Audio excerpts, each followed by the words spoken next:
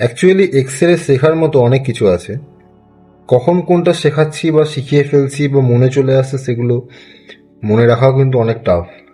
তো আজকে সাডেনলি মনে হলো যে আজকে আমি টপিকগুলো নিয়ে একটুখানি তোমাদেরকে শেখাবো। যেমন সাম কি করে করে, বিয়োগ কি করে করে, গুণ কি করে করে, অ্যাভারেজ কি করে বার করে, minimum maximum, count, count blank, today and now. এই 10টা টপিক আছে।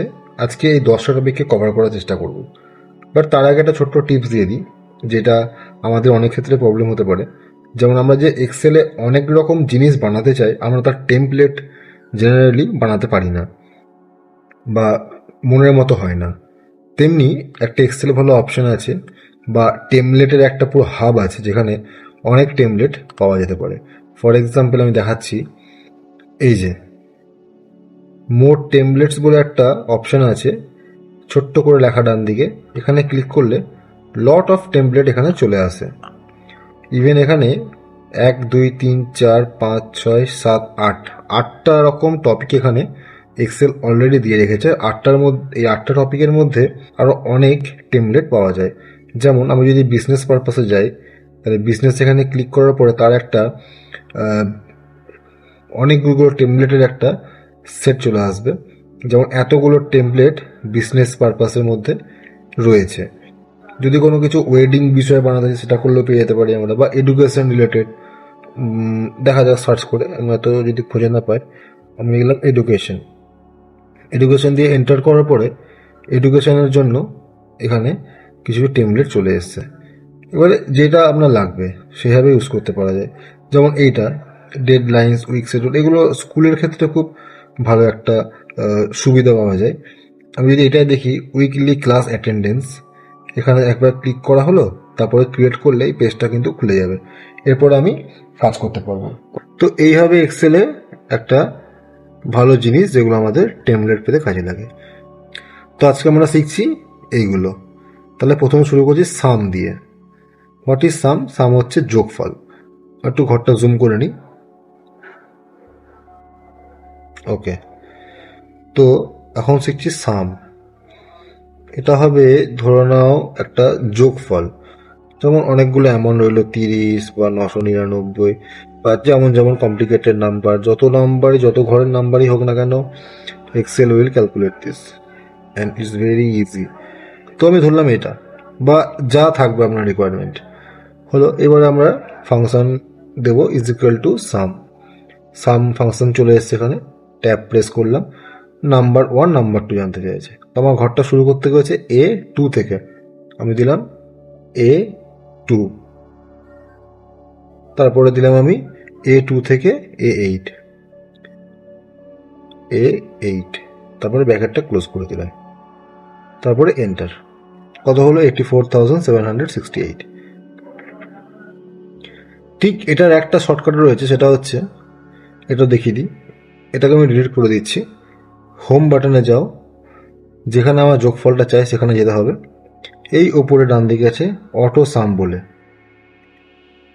ঠিক আছে? এই যে অটো সাম বলে আছে, এখানে ক্লিক করতে হবে, তারপর এন্টার প্রেস করলেও চলে আসে।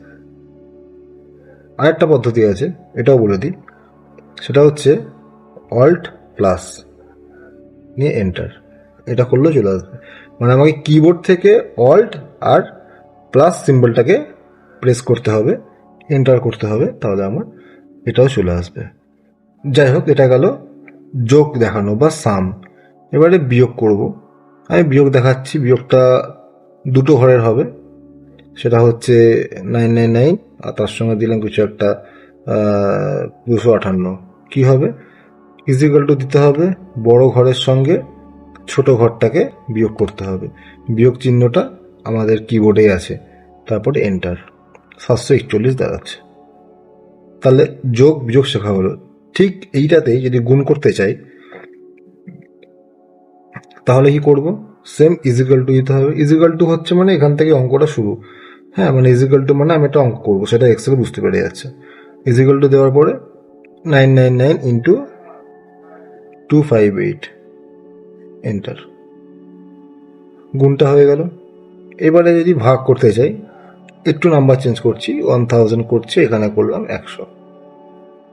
ইজিক্যাল টু কী করে ভাগটা করব, বড় ডিভাইডেড বাই ছোট, যেমন আমরা করে এসেছি 10, তাই তো 10 × 10 = 100 হয়, 100 আর 10-এর সঙ্গে গুণ করলে 1000 হয়। আমি যদি এখন এটাকে বাড়িয়ে দিই, আমি যদি এখন এটাকে করে দিই 5 5 5 5, 4টে 5 করে দিই, আমার অঙ্কটা কিন্তু চেঞ্জ হয়ে গেল, তাই না? এখানে যদি আমি 55 করে দিই, আমার অঙ্কটা চেঞ্জ হয়ে যাবে। তো এটা হচ্ছে ভাগের কাজ। এরপর আমি করব অ্যাভারেজ। অ্যাভারেজ নিতে গেলে অ্যাভারেজটা কিন্তু খুব ইন্টারেস্টিং, মানে আমাদের অফিসের ক্ষেত্রে বা কোনো স্কুলের ক্ষেত্রে বা যদি কোনো ডিপ্লয়মেন্ট বানায় তাদের অনেক কাজে লাগে। অ্যাভারেজটা কতদিনের আসছে, একটা উইকলি হোক, মান্থলি হোক, বা কোনো স্টুডেন্টের কোনো স্কোর বোর্ড হোক, যেমনই হোক। আমি এখানে কিছু কিছু নাম্বার নিয়ে নিচ্ছি, যেগুলোর কোনো জাস্ট একটা র্যান্ডম নাম্বার নিয়ে নিচ্ছি আমি বোঝানোর জন্য। তো আমি এর অ্যাভারেজ বার করবো। এর অ্যাভারেজ কী করে বার করবো? এর অ্যাভারেজ বার করতে গেলে আমাকে আবার ইজিক্যাল টু অ্যাভারেজের ফাংশন দিতে হবে। অ্যাভারেজ চলে এসছে, ট্যাব প্রেস করবো, নাম্বার 1 নাম্বার 2 পুরো ঘরটাকে নিয়ে নিলাম, ব্র্যাকেট প্রেস করে দিলাম। আমার এই সংখ্যাগুলোর মধ্যে অ্যাভারেজ হচ্ছে 1048, এটা হচ্ছে আমার অ্যাভারেজ। এতগুলো আমি যদি আমার চেঞ্জ করি, আমি যদি 25টাকে 250 করে দিই, আমার অ্যাভারেজ চেঞ্জ হয়ে যাবে। ঠিক আছে, আমি যদি 65টাকে 60 করে দিই, আমার অ্যাভারেজ চেঞ্জ হয়ে যাবে। এটা হলো অ্যাভারেজের একটা ফাংশন। এরপরে থাকছে মিনিমাম ম্যাক্সিমাম। আচ্ছা, তাহলে একটু অনেক Ctrl Z দিয়ে আন্ডু করে দিচ্ছি। মিনিমাম ম্যাক্সিমাম, এই ঘরটার মধ্যে এইটাতে এক্সাম্পল দেখাচ্ছি, ঘরটার মধ্যে কোন সংখ্যাটা মিনিমাম আছে, সব থেকে ছোট, আর কোন সংখ্যাটা সব থেকে বড়। এখানে গুনে গুনে 10টা 12টা আছে বলে হয়তো চোখের মধ্যে দেখে বোঝা যাচ্ছে যে হ্যাঁ এখানে 22টা হচ্ছে ছোট, আর বড় হচ্ছে এখানে 5695টা। কিন্তু অনেক যখন থাকবে ডেটা তখন বার করা মুশকিল হয়ে পড়ে। কি করে করতে হবে? এটা মিনিমাম ইজিক্যাল টু MIN দিতে হবে। সেম ফাংশন, ঘরটাকে সিলেক্ট করে দাও, নিয়ে ব্র্যাকেট ক্লোজ। মিনিমাম হচ্ছে 22, এখানে সব থেকে ছোট হচ্ছে 22, তাহলে এটা হয়ে গেল। ঠিক এখানে মিনিমামটাকে আমি কেটে ম্যাক্সিমাম করে দেবো, কি MAX নিয়ে এন্টার করে দেবো। ম্যাক্সিমাম হচ্ছে 5695, মিনিমামও বেরিয়ে গেল, ম্যাক্সিমামও বেরিয়ে গেল। তাহলে কত ইজি ব্যাপারটা। অনেক অনেক মানে লেন্দি ডেটাগুলোকে এইভাবে শর্ট আউট করা যেতে পারে।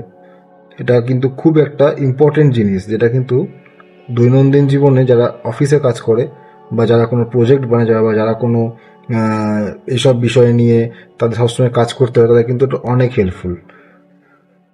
নেক্সট হচ্ছে কাউন্ট ব্ল্যাঙ্ক। ওকে, এবারে কাউন্ট। কাউন্ট হচ্ছে এখানে কতগুলো ঘর আছে, গোদা বাংলা হচ্ছে এটাই। এখানে কতগুলো ঘর আছে আমায় কাউন্ট করতে হবে। আমি কাউন্ট করে নিচ্ছি মুখোমুখি। এখানে ঘর আছে আমার 12টা। তো এটা যেন এক্সেলই করে, ফিজিক্যালটা আমি কাউন্ট ফাংশন দেব। কাউন্টটা আমি এখান থেকে এতটা করে নিলাম। কতগুলো কাউন্ট হলো? 12টা কাউন্ট হলো, মানে এখানে 12টা ঘর আছে, তাই এটা বলে দিল। এবার আমি বলছি যে কাউন্ট তো করলো, আর আমি কিছু কিছু ঘর আমার ভুলবশত করা হয়ে গেছে, আমি সেগুলোকে মুছে দিতে চাইছি বা ডিলিট করে দিতে চাইছি। আমি ডিলিট করে দিলাম। এবারে কতগুলো ঘর আছে আমার? 1 2 3 4 5 6 7, এটা কিন্তু বলে দিল। কিন্তু আমার কতগুলো ব্ল্যাঙ্ক সেল আছে এটা কিন্তু বললো না। ঠিক আছে, ব্ল্যাঙ্ক সেল হচ্ছে 1 2 3 4 5, এটা কিন্তু বললো না। এটা কী করে বলবে? এটাই কাউন্ট ব্ল্যাঙ্ক অঙ্কটা বলবে। কাউন্ট ব্ল্যাঙ্ক, পুরো ঘরটার রেঞ্জটা নিয়ে নেবো এতটা, নিয়ে দেখে ক্লোজ। তাহলে তখন 7টা পেলাম, 7 যে ঘরটাতে পেলাম, 7টা ঘরে আমার অঙ্ক করা ছিল, আর টোটাল ঘর ছিল 12টা। তাহলে 7 আর 5 12টা, এখানে 5টা ব্ল্যাঙ্ক ঘর বেরিয়ে গেল। যে এখান থেকে একটা ঘর আমি ডিলিট করে দেবো, ও 6টা চলে আসবে। আর একটা করে দেবো, 7টায় চলে আসবে। মানে ব্ল্যাঙ্কের পরিমাণটা বাড়ছে। যখনই কোনো ডিজিট দিয়ে দেবো তখন এই পরিমাণটা কমতে কমতে আসবে, ব্ল্যাঙ্কের সেলগুলো আস্তে আস্তে কমে কমে আসবে। 4টে 3টে 2টো করে লাস্টে হয়তো বন্ধই হয়ে যাবে যদি আমি শেষ করে দিতে চাই। আর একটা ঘর ফাঁকা আছে, করে দিলাম এটা 54, 0 হয়ে গেল। তাহলে এটাও কাজ করছে ভালো করে, খুব ইজি কিন্তু খুব হেল্পফুল। টুডে আর now, interesting. What is today, what is now, এটা কিন্তু একটুখানি ইন্টারেস্টিং জিনিস, যে টুডে ফাংশন কী করে কাজ করে, নাও কী করে কাজ করে। তো এখন ঘড়িতে কটা বাজছে? যদি লিখতে চাও না কী করে লিখি? বললাম সকাল 10টা বাজছে, তাই তো এইভাবে লিখি। বা আজকের দিনটা কি, আজকের দিনটা হচ্ছে 12/12/2023 এটা। বাট তা করব না। আমরা যখনই কিছু কাজ করি তখন কিছু আমাদের অটোমেটিক জিনিস চলে আসা খুব দরকার, কারণ আমরা বারবার করে ডেট চেঞ্জ করতে বা টাইম চেঞ্জ করতে পারা যায় না। তখন আমাদের এখানে করতে হবে টুডে ফাংশন। ডেট মানে হচ্ছে টুডে, আজকের দিনটা আমি চাইছি। টুডেতে গেলাম, ফার্স্ট ব্র্যাকেট সেকেন্ড ব্র্যাকেট দিয়ে বন্ধ করলাম, আজকে ডেটটা চলে এলো। এরপরে হচ্ছে নাও এর ফাংশন। নাও মানে হচ্ছে এখন কটা বাজছে, এখানে ডেট সমেত চলে আসবে, ইজিক্যাল টু নাও দিয়ে ব্র্যাকেটটা ক্লোজ, ডেট প্লাস টাইম চলে এলো। এবারে ডেট টাইমের ফরম্যাটটা আমরা চেঞ্জ করতে পারি, খুব সহজেই করতে পারি। যেটা করতে চাইবো চেঞ্জ, সেখানে আমরা প্রেস করলাম বা লেফট ক্লিক করলাম, নিয়ে কিবোর্ড থেকে Ctrl+1 প্রেস করব। একটা আমাদের ফরম্যাট সেলসের একটা ঘর চলে এলো, এখানে আমাদের এই ফরম্যাটটা নেওয়া আছে। তোমরা চাইলে নাম ফরম্যাটটা চেঞ্জও করতে পারো বা ম্যানুয়ালি করতে পারো। ডেট মান্থ ইয়ার আসছে, আমার 4টে ইয়ারের 4টে ঘর চাই না, জাস্ট 2023 অব্দি চাই। তো ডেট মান্থ আর ইয়ার হলো, আওয়ার মিনিট সেকেন্ড চাই, ঠিক আছে, দুটো সেকেন্ডও অ্যাড করে দিলাম, তাহলে হয়ে গেল ওকে। এখানে ঘরটা কিন্তু চেঞ্জ হয়ে গেল, ভ্যালুটা কিন্তু চেঞ্জ হয়ে গেল। ডেট ইয়ারটা কিন্তু 2023 ছিল, সেটা শুধু 23 হয়ে গেল, আর সময়ের সঙ্গে কিন্তু সেকেন্ডের ঘরটা অ্যাড হয়ে গেল। তেমনি এটাও করতে পারবো, আমি যদি সেম প্রসেসে Ctrl+A প্রেস করি, আমি ডেটটা চাইছি এরকম হোক, 14ই মার্চ 2012 এরকম ফরম্যাটে হোক, মানে 12ই ডিসেম্বর 2023 হোক। এন্টার করলাম, তাই হয়ে গেল। এবারে আমি যখন এটা কালকে দেখবো চেঞ্জ হয়ে যাবে। এখন যেমন আমি ভিডিওটা বানাচ্ছি 21:47 বেজে 49 সেকেন্ড, ডবল ক্লিক করবো, টাইমটা পাল্টে যাবে। এখন হলো 21:49 বেজে 3 মিনিট 3 সেকেন্ড। তো এই হলো আমাদের টুকটাক কিছু ফাংশন, যেগুলো এক্সেলে সব সময়ই কাজে লাগে, সব সময়, মানে এগুলো ছাড়া আমরা চলতে পারি না। এরকম আরও কিছু ফর্মুলা আছে, সেগুলো আমি পরের পার্টে নিয়ে আসছি, তো আমাকেও চিন্তা করতে হবে। তো যাই হোক, দেখা হচ্ছে আবার পরের একটা ভিডিওতে। ভিডিওটা ভালো লাগলে লাইক, কমেন্ট, শেয়ার করতে পারলে শেয়ার, তাতে বাকি 5 জনের সুবিধা হবে। দেখা হচ্ছে পরের একটা ভিডিওতে। টাটা।